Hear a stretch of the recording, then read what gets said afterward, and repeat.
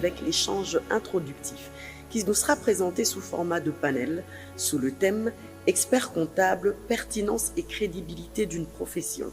Ce panel sera modéré par l'expert comptable et membre de l'ONEC, M. Cyril Mboua, qui va s'approcher sur ce lutrin et présenter ses panélistes.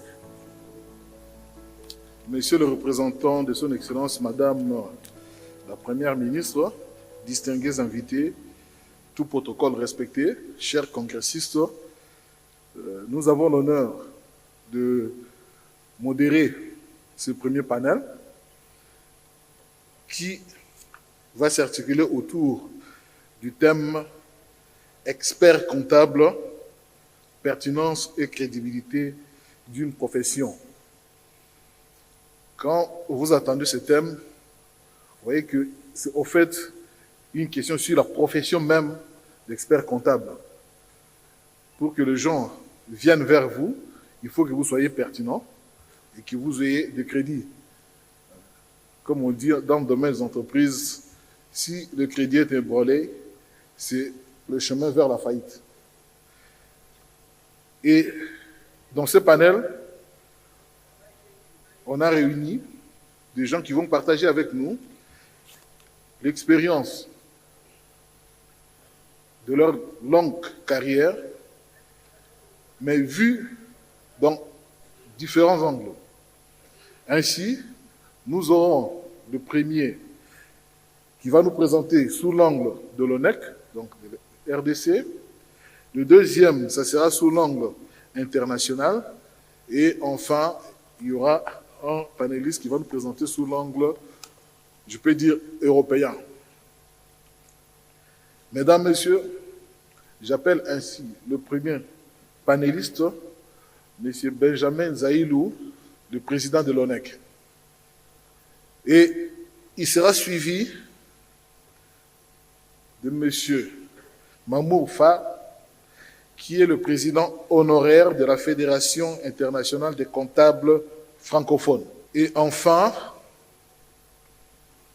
nous aurons M. Fernand Maillard, qui est vice-président de l'Institut des réviseurs d'entreprise. Alors, je commence immédiatement avec le premier, M. Ben Zaïlou. Qu'est-ce que ça vous dit, la pertinence et crédibilité de la profession expert comptable en République démocratique du Congo? Il faut reconnaître qu'en RDC, la profession est reconnue parce que nous existons de par une loi et la profession est écoutée. Nous avons eu l'occasion d'être reçus par le chef de l'État lors des consultations nationales, alors qu'on venait d'être installé. Et autour de la profession, il y a des attentes très élevées. Le chef de l'État, à l'occasion d'un conseil des ministres, a parlé de la profession comme un facteur important dans la gestion de nos entreprises publiques et des établissements publics. À cette occasion, il avait considéré que c'était l'inaction des commissaires aux comptes qui était à la base de la mauvaise gestion ou la persistance de la mauvaise gestion dans les entreprises publiques. Nous avons eu évidemment l'occasion d'échanger pour essayer de redresser un tout petit peu cette perception. Alors, l'expert comptable doit faire face, ici en RDC, quand même à une certaine méfiance du public sur la profession. Beaucoup ont l'impression que les experts comptables sont des arrangeurs de bilan, des fraudeurs fiscaux ou des facilitateurs pour la fraude fiscale. Et donc, le vrai enjeu que nous avons, dès le départ, c'est inspirer confiance. Sommes-nous capables d'inspirer confiance? Alors, on peut analyser cela à partir de l'équation de la confiance. Cette équation qui est connue de tous, ou de plusieurs, correspond à quoi? Il nous faut de la crédibilité, de la fiabilité et de l'intimité. Tous ces éléments renforcent la confiance du public sur notre profession. Mais nous devons toujours faire attention que l'intérêt ne soit pas trop autocentré. Parce qu'un intérêt autocentré sur nous-mêmes, sur nos intérêts financiers immédiats, ferait que le public n'aurait plus de raisons pour nous faire confiance.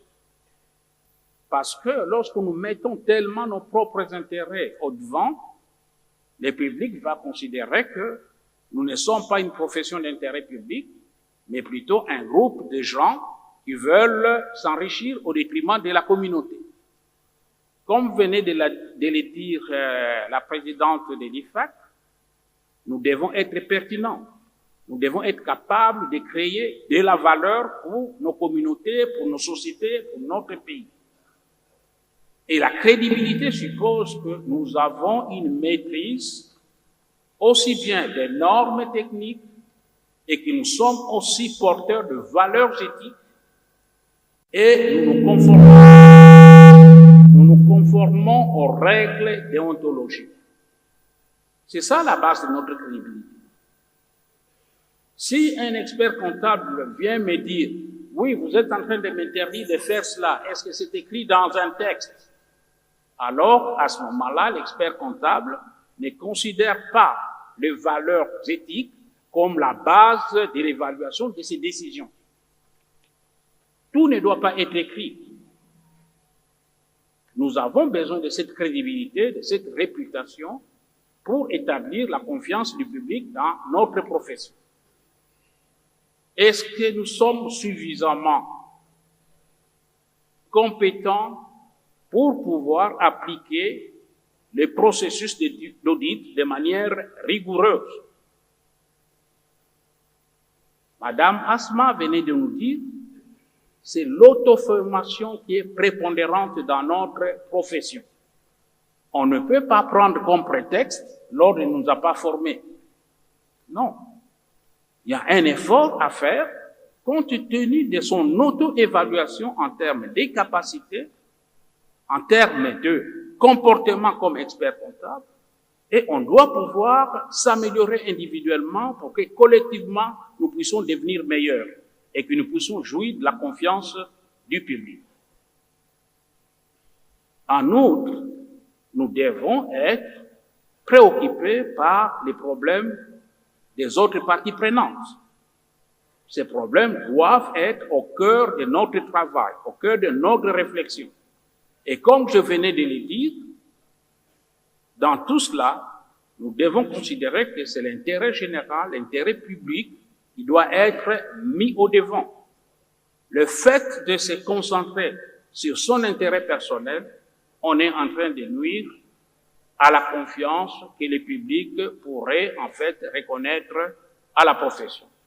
Donc, il faut absolument qu'on soit rigoureux pour qu'on puisse être crédible, et il faut qu'on soit à la recherche constante de notre efficacité pour qu'on soit fiable. Alors, je crois que les vrais défis, comme je l'ai dit, il y a des attentes très élevées sur la profession en RDC, et on a dans notre pays instauré la certification des états financiers quasiment obligatoire pour un nombre très élevé de nos entreprises, avec des attentes très élevées. Et immédiatement, on considère que les recettes fiscales devaient augmenter. Mais je crois que pour qu'on puisse y arriver, il faut qu'on considère que ce défi est commun à toutes les parties prenantes. On ne pourrait pas dire que immédiatement les experts comptables doivent rencontrer cette performance de l'augmentation des recettes fiscales.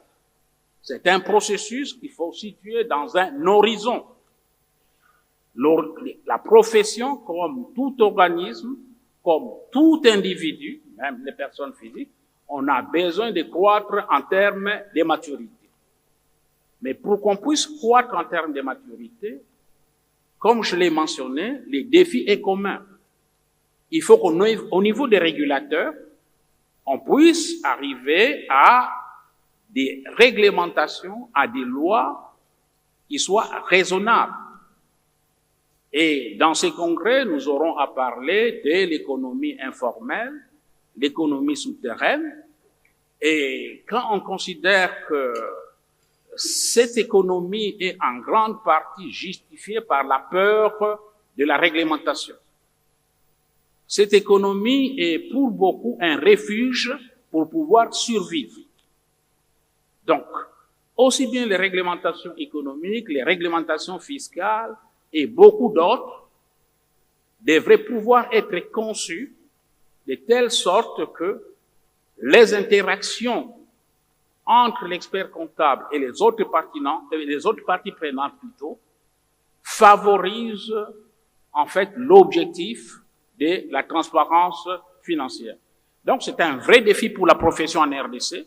Nous sommes prêts à les relever, mais il faut que chaque partie prenante puisse jouer le rôle qui est attendu de lui.